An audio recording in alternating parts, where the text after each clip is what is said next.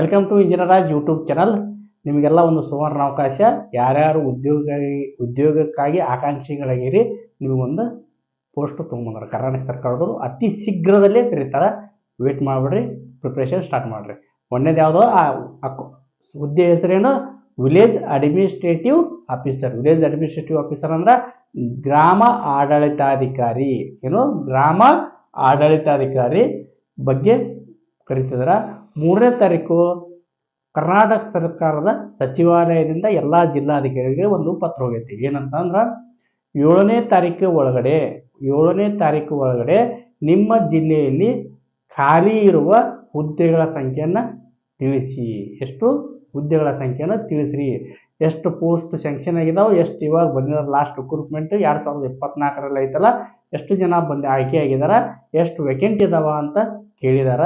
ಅವ್ರ ಜಿಲ್ಲಾಧಿಕಾರಿಗಳು ಕೂಡ ಅಷ್ಟೇ ವೇಗವಾಗಿ 7ನೇ ತಾರೀಕು ಒಳಗಡೆನೆ ಉತ್ತರಿಸ್ಬೇಕು ಅನ್ನೋದು. ಯಾಕಂದ್ರೆ ಹಣಕಾಸು ಇಲಾಖೆಯಿಂದ ಆಲ್ರೆಡಿ ಅನುಮೋದನೆ ಸಿಕ್ಕೈತಿ. ಇಷ್ಟು ಪೋಸ್ಟ್ 500 ಪೋಸ್ಟ್ಗಳನ್ನು ತುಂಬ್ಕೋಬೇಕಂತೇಳಿ. ಹಾಗಾಗಿ ಸರ್ಕಾರ ತಡ ಮಾಡೋದು ಏನು ಮಾಡ್ತಾರೆ, ತುಂಬ್ಕೊಂತಾರೆ. ನೆನಪಿರಲಿ, ನೀವು ಪ್ರಿಪ್ರೇಷನ್ ಸ್ಟಾರ್ಟ್ ಮಾಡಿರಿ. ಆದ್ರೆ ಅದಕ್ಕೆ ಏನೇನು ಬೇಕು, ಗ್ರಾಮ ಆಡಳಿತ ಅಧಿಕಾರಿ ಆಗಬೇಕಾದ್ರೆ ಏನೇನು ಮಾನದಂಡಗಳು ಕೊಟ್ಟಿದ್ದಾರೆ ಅನ್ನೋದನ್ನ ಸ್ವಲ್ಪ ಕ್ವಿಕ್ಕಾಗಿ ಗ್ಲಾನ್ಸ್ ಮಾಡ್ಕೊಂಬರೋಣ ಬನ್ನಿ. ಫಸ್ಟ್ ಏನಪ್ಪ ಅಂದ್ರೆ, ನಂಬರ್ ಆಫ್ ಪೋಸ್ಟ್ ಎಷ್ಟು ಇದಾವ? 500 ಪೋಸ್ಟ್ ಇದಾವ. 500 ಪೋಸ್ಟ್ಗಳು ಕೂಡ ನೇರ ನೇಮಕಾತಿ ಮಾಡ್ತಾರೆ. ನೇರ ನೇಮಕಾತಿ ಅಂದ್ರೆ ಒಂದು ತಿಳ್ಕೊರಿ, ಎಕ್ಸಾಮ್ ಬೇಸ್ಡ್ ಸೆಲೆಕ್ಷನ್ ಇರ್ತೈತಿ. ಎಕ್ಸಾಮ್ ಬೇಸ್ಡ್ ಸೆಲೆಕ್ಷನ್ಗೆ ನಾವು ನೇರ ನೇಮಕಾತಿ ಅಂತ ಹೇಳ್ತೀವಿ. ನೋಡ್ರಿ, ಎಜುಕೇಷನ್ ಕ್ವಾಲಿಫಿಕೇಶನ್ ಅಂದ್ರೆ ವಿದ್ಯಾರ್ಥಿ ಏನಿರಬೇಕಪ್ಪ ಅಂದ್ರೆ 2nd PUC ಕಂಪ್ಲೀಟ್ ಆಗಿರಬೇಕು ಅಥವಾ ತತ್ಸಮಾನ ವಿದ್ಯಾರ್ಹತೆ ಹೊಂದಿರಬೇಕು, ಅಥವಾ ನೆನಪಿಟ್ಕೊರಿ, ಅಥವಾ 3 ವರ್ಷದ ಡಿಪ್ಲೊಮಾ ಅಂದ್ರೆ ಆಫ್ಟರ್ SLC 3 years ಡಿಪ್ಲೊಮಾ ಮಾಡಿರ್ತಾರಲ್ಲ, ಅವರಿಗೂ ಕೂಡ ಇದರಲ್ಲಿ ಅವಕಾಶ ಕೊಟ್ಟಿದ್ದಾರೆ.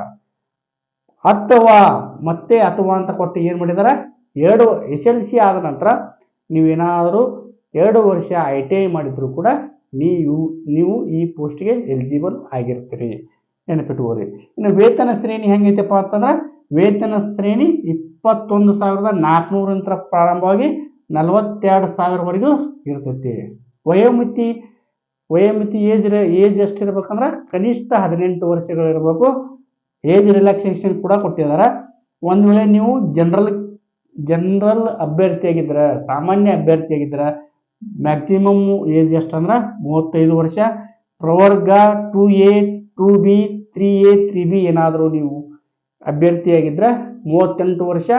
ಅದೇ ಥರನಾಗಿ SC ಅಥವಾ ST, ಪರಿಶಿಷ್ಟ ಜಾತಿ, ಪರಿಶಿಷ್ಟ ಪಂಗಡ ಅಥವಾ ಕೆಟಗರಿ 1 ಏನಾದರೂ ಅಭ್ಯರ್ಥಿಗಳಿದ್ರೆ ಅವರಿಗೆ 40 ವರ್ಷದವರೆಗೂ ಹಾಕಲು ಅವಕಾಶ ಕೊಟ್ಟಿದ್ದಾರೆ. ಇನ್ನು ಆಯ್ಕೆ ಪ್ರಕ್ರಿಯೆ ಯಾವ ಥರ ಆಗುತ್ತೆ ಅದನ್ನು ಸ್ವಲ್ಪ ಕ್ವಿಕ್ಕಾಗಿ ಗ್ಲಾನ್ಸ್ ಮಾಡೋಣ. ಆಯ್ಕೆ ಪ್ರಕ್ರಿಯೆ ಮೊದಲು ನಿಮ್ಗೆ ಕನ್ನಡ ಕಡ್ಡಾಯ ಪರೀಕ್ಷೆ ಇರ್ತೈತೆ. ಕನ್ನಡ ಕಡ್ಡಾಯ ಪರೀಕ್ಷೆ 150 ಮಾರ್ಕ್ಸಿಗೆ ಕಂಡಕ್ಟ್ ಮಾಡ್ತಾರೆ. ಅದರ ಒಳಗೆ ನೀವು ಮಿನಿಮಮ್ 50 ಮಾರ್ಕ್ಸು ತೆಗೆದುಕೊಳ್ಳಲೇಬೇಕು. ಆವಾಗ ನೀವು ನೆಕ್ಸ್ಟ್ ಎಲಿಜಿಬಲ್ ಆಗ್ತೀರಿ.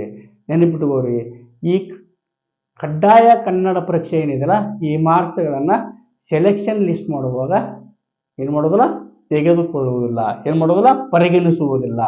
ಇನ್ನು ಯಾವ್ದು ಪರಿಗಣಿಸ್ತಾರಪ್ಪ ಅಂದ್ರೆ, ಮೇನ್ ಆಗಿ 2 ಪೇಪರ್ ಇರ್ತಾವೆ. ಪೇಪರ್ 1, ಪೇಪರ್ 2 ಅಂತ.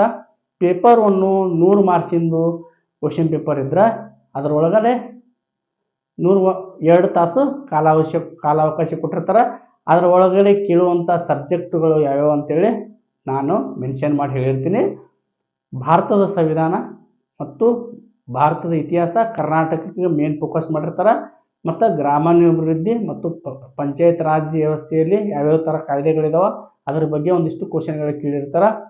ಇದು ಬಹು ಆಯ್ಕೆ ಪ್ರಶ್ನೆಗಳಿರ್ತಾವೆ. ಅಂದ್ರೆ ಒಂದು ಕ್ವಶನ್ ಕೊಟ್ಟಿರ್ತಾರೆ, ಒಂದು ಪ್ರಶ್ನೆ ಕೊಟ್ಟಿರ್ತಾರೆ, ಆ ಕ್ವಶನ್ಗೆ 4 ಆನ್ಸರ್ಗಳು ಕೊಟ್ಟಿರ್ತಾರೆ. ಆದರೆ ನೆನಪಿರಲಿ, ನೀವು ಮಾಡುವ ಪ್ರತಿ ತಪ್ಪು ಉತ್ತರಕ್ಕೆ 1/4 ನೆಗೆಟಿವ್ ಅಂಕಗಳಿದಾವೆ. ಹಾಗಾಗಿ ನೀವು ಹಾಕುವ ಆನ್ಸರ್ ಬಹಳ ಎಕ್ಯುರೇಟ್ ಇದ್ದಾಗ ಮಾತ್ರ ಹಾಕಿ. Come to the next point. Paper 2 ಏನು ಒಳಗೊಂಡಿರ್ತೈತಿ? ಪೇಪರ್ 2 ಕೂಡ 100 ಮಾರ್ಕ್ಸಿಂದು ಪೇಪರ್ ಇರ್ತೈತಿ. ಆ 100 ಮಾರ್ಕ್ಸಿಂದು ಪೇಪರ್ಗಳು 2 ತಾಸು ಟೈಮ್ ಕೊಟ್ಟಿರ್ತಾರೆ.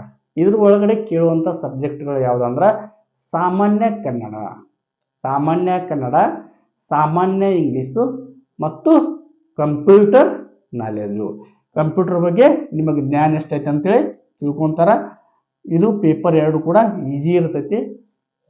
ನಿಮ್ಮ PUC ಮಟ್ಟಿನ ಕ್ವಶನ್ಗಳನ್ನೇ ಜಾಸ್ತಿ ಟಾರ್ಗೆಟ್ ಮಾಡಿ ಕೇಳಿರ್ತಾರೆ. ಹಾಗಾಗಿ ನೀವು ಈಗಿನಿಂದ ಪ್ರಿಪ್ರೇಷನ್ ಸ್ಟಾರ್ಟ್ ಮಾಡಿರಿ. ನೋಟಿಫಿಕೇಶನ್ ಬರೋವರೆಗೂ ಕಾಯ್ದು ನೀವು ಏನಾದರೂ ಪ್ರಯತ್ನ ಪಡ್ತೀನಿ ಅಂದ್ರೆ ಅದು ಸಾಧ್ಯ ಆಗಿದೆ ಮಾತು. ಇವಾಗ ಆಲ್ರೆಡಿ ಸರ್ಕಾರದವರು ಕ್ಲೂ ಕೊಟ್ಟಿದ್ದಾರೆ ಕರಿತೀನಿ ಅಂತ. ಹಾಗಾಗಿ ಪ್ರಿಪ್ರೇಷನ್ ಇವಾಗಿಂದ ಸ್ಟಾರ್ಟ್ ಮಾಡಿರಿ. ಹಾಗಾದರೆ ಎಲ್ಲಿ ಕರಿಬಹುದು ಇವರು ಅಂತಂದ್ರೆ 2024ರಲ್ಲಿ ಕರ್ನಾಟಕ ಪರೀಕ್ಷಾ ಪ್ರಾಧಿಕಾರ, ಕರ್ನಾಟಕ ಎಕ್ಸಾಮಿನೇಷನ್ ಅಥಾರಿಟಿ ಅನ್ನೋದೊಂದು ಪ್ರಾಧಿಕಾರ ಐತಿ, ಅಲ್ಲೇ ಕರೆದಿದ್ರು. ಮೋಸ್ಟ್ ಪ್ರಾಬಬಲಿ ಕೂಡ ಈ ಸಲ ಕೂಡ ಆಫಿಷಿಯಲ್ ನೋಟಿಫಿಕೇಶನ್ನು ಅಲ್ಲೇ ಬರ್ಬೋದು. ಕಾಯ್ದು ನೋಡೋಣ. ನೋಟಿಫಿಕೇಶನ್ ಬಂದಮೇಲೆ ಮತ್ತೊಂದು ಸಲ ವಿಡಿಯೋ ಮಾಡಿ ಹಾಕ್ತೀನಿ. ಹಾಗಾದರೆ ಆ ವೆಬ್ಸೈಟ್ ಹೆಸರು ಏನಪ್ಪ ಅಂದ್ರೆ KEA.KAR.NIC.in ಅಂತ. ಇದು ಕರ್ನಾಟಕ ಪರೀಕ್ಷಾ ಪ್ರಾಧಿಕಾರದ ವೆಬ್ಸೈಟ್ ಅಡ್ರೆಸ್ಸು. ಅದನ್ನು ನಾನು ನೋಟಿಫಿಕೇಶನ್ ಬಿಟ್ಟ ತಕ್ಷಣ ಮತ್ತೊಂದು ಸಲ ಕೂಲಂಕುಷವಾಗಿ ಹೇಳ್ತೀನಿ. ತಡ ಮಾಡದೆ ನೀವು ಪ್ರಿಪ್ರೇಷನ್ ಸ್ಟಾರ್ಟ್ ಮಾಡಿರಿ. ಅತಿ ಶೀಘ್ರದಲ್ಲಿ ನೋಟಿಫಿಕೇಶನ್ ಹೊರಗಡೆ ಬರುತ್ತಾ. ನಿಮ್ಮ ಓದು ನಿರಂತರವಾಗಿರಲಿ. ನಿಮಗೆ ಒಳ್ಳೆಯದಾಗಲಿ. ಶುಭ ದಿನ. ಧನ್ಯವಾದಗಳು.